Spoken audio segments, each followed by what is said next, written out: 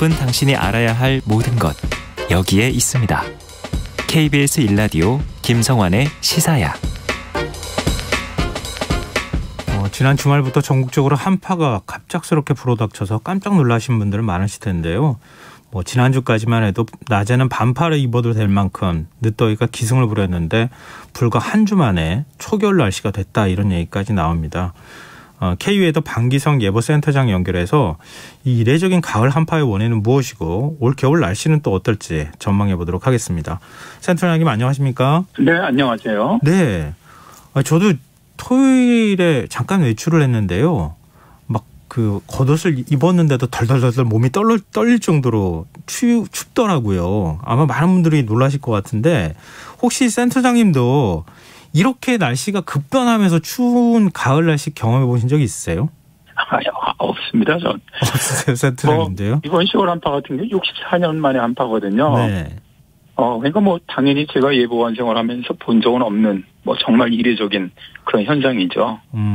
어제는 전국적으로 한파특보가 발령됐다 해제되기도 했는데요. 이 한파특보는 가을에 한파특보라고 하니까 굉장히 낯선데요. 언제 어떤 상황에서 발효가 되는 겁니까? 일단 그 한파특보는 이제 주의보하고 경보는 아닙니다. 네. 근데 어제는 이제 주의보가 발령됐죠. 한파주의보는 세 가지 조건 중 하나만 맞으면 발령이 되는데요. 10월에서 다음 해 4월까지 중에서 첫째, 전일에 비해 10도 이상 기온이 떨어지고 영상 3도 이하일 경우입니다. 최저기온이. 두 번째가 영하 12도 이하의 날이 이틀 이상 지속될 때, 세 번째가 한파로 인해서 큰 피해가 예상될 때 등인데요. 네. 어제 같은 경우는 첫 번째 조건이었죠. 그러니까 그 전날 최저기온보다 10도 이상이 떨어지고 영상 3도 이하일 경우, 여기에 해당됐던 겁니다. 지금 앞서도 잠깐 말씀하셨지만 64년 만에 가장 추운 10월 날씨였다, 이런 얘기가 나오는데 왜 이렇게 갑자기 추워진 겁니까? 일단 이제 우리나라가 9월 중순부터 지난주까지 아주 이례적인 고온 현상이 지속됐었죠. 이렇게 된 원인이 이제 아열대 고압대가 이제 우리나라 쪽으로 상당히 북쪽으로 좀 북상해 왔었습니다. 그런데 지난주에 이제 17호 태풍 라이언록, 18호 태풍 콤파스가 중국 남부 해상을 거쳐서 베트남 인근에 소멸됐는데, 이 태풍이 소멸되면서 오히려 북쪽에 있는 찬 공기를 끌어내리는 그런 역할을 했습니다. 네. 그리고 이제 두 번째는 몽골 인근에서 1040 헥토파스칼의 아주 강한 시베리아 고기압이 우리나라 쪽으로 찬 공기를 강하게 유입시켰고요. 네. 세 번째는 이제 지상만 차가운 게 아니라 상층에서도 굉장히 찬 공기가 내려왔습니다. 상층에서 제트기류가 사용을 하면서 남하해갖고 북극의 한기를 한반도 쪽으로 끌어내렸고요. 네 번째가 이제 북극 진동지수가 음해지수를 보였는데, 음해지수를 보일 경우 대개 이제 날씨가 추운 그런 경향을 보입니다. 이런 것들이 합쳐지면서 10월 중순에 정말 이례적인 그런 한파를 만들어낸 거죠. 근데 이대로 정말 겨울로 들어가는 겁니까? 어떻게 지금 이 가을 날씨가 어떻게 될지 좀 걱정스럽기도 하거든요. 이번 주는 일단 평년보다 추운 그런 주가 되겠습니다.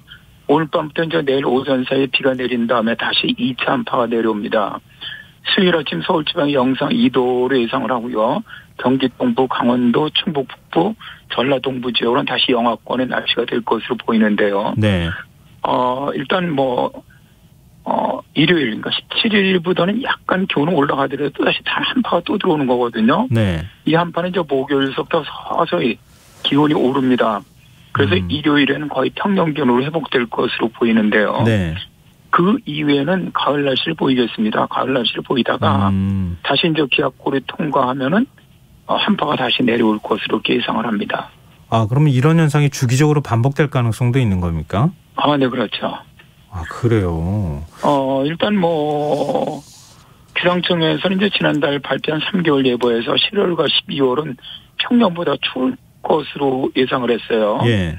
그리고 이제 K웨더에서도 내년 1월과 2월도 평년보다 추운 겨울이 될 것이다, 이렇게 예상을 했습니다. 일단 이렇게 보는 게 올겨울 라니냐 현상이 좀 지속될 것으로 보이는데, 네. 라니냐가 있는 해에는 겨울이 평년보다 좀 추운 경향이 있습니다.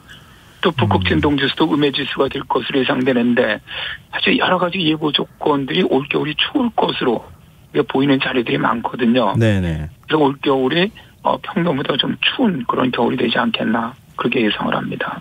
눈도 좀 많이 내릴까요? 일단 추운해 같은 경우는 대개 지형적인 영향을 받는 서해안 지역, 동해안 지역, 제주도 이런 데는 많은 눈이 내리고요. 예. 중부지방은 그렇게 많은 눈은 내리지는 않습니다. 그런데 이 기압골이 얼마나 강하게 통과하느냐에 따라 틀려지긴 하는데, 예. 일단 강추위가 있는 해에는 수도권이나 이런 쪽으로 많은 눈은 내리지는 않습니다. 올해 지금 중국 같은 경우는 첫눈 내렸고요. 삼시성 쪽으로. 예. 일본 같은 경우도 이번 추위 때문에 삿포로 쪽에 첫눈이 내렸죠. 어제. 예. 이런 거는 동해상에서 해기처럼 만들어진 눈구름대가 상륙하면서 눈이 내린 거거든요. 예. 중국 같은 경우 지난주에 찬 공기 내려오면서 눈이 내린 것이고. 근데 우리나라 같은 경우도 어제 북서풍으로 들어왔는데 바람이 약간 동풍 쪽으로 들어왔으면은 네. 아마 강원도 산악 쪽으로는 첫눈이 오지 않았을까 그렇게 보입니다. 그렇군요. 근데 한반도에서 이제 가을 사라지는 거 아니냐 이런 얘기도 나오는데요. 진짜 그렇게 될 수 있을까요? 일단 많은 분들이 정말 가을은 짧아지고 여름에서 바로 겨울로 가는 것 같다 말씀하시는데요. 올해 4월이었죠. 기상청에서 100년간의 기후 분석을 했습니다. 해보니까 여름은 20일 늘어나고 봄은 6일 늘어나고요. 가을은 4일 짧아지고 겨울은 22일 짧아지는 것으로 나타났습니다. 그러니까 가을이 짧아지고 있는 것은 맞죠. 그런데 기후학자들은 미래에 지구온난화가 더욱 심각해진다면 네. 결국 여름과 겨울 두 계절만 남고 봄이나 가을은 아주 매우 짧은 간절기 형태로만 남지 않겠나 그렇게 보고 있습니다. 근데 우리 이제 지구 온난화라고 하는 단어 자체가 가지는 착시일 수도 있겠다는 생각은 들긴 하는데요. 온난화라고 하면 지구 전체가 기온이 올라가는데 고온 현상이 나타나야지 왜 이렇게 한파가 또 찾아오느냐 이렇게 생각하시는 분들도 적지 않거든요. 그렇죠. 지구 온난화가 심해지면 당연히 지구 기온이 올라가니까 여름 폭염은 더욱 심하고 빈번하게 나타납니다. 근데 이제 저희들은 이런 걸 지구 온난화 역설이라고 부르는데, 네. 기온이 상승하게 되면 북극 빙하가 많이 녹게 되고요. 네. 그렇게 되면 북극 한기를 막아주는 제트 기류가 약해지면서 이번처럼 남쪽으로 아주 길게 제트 기류가 서해에서 내려와서 북극 한기를 중위도로 끌어내립니다. 네. 그래서 한파를 발생시키거든요. 그러니까 지구 온난화로 인해서 겨울에 평균 기온이 상승합니다. 이건 맞습니다.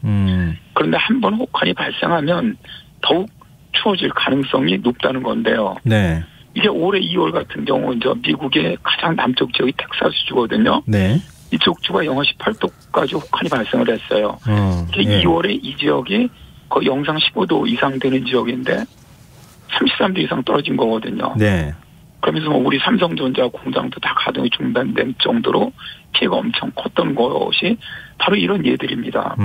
그러니까 평소에는 잘 나타나지 않는 이런 혹한 혹은 반대되는 폭염 네. 이런 것들이 점점 더 강해진다는 거죠.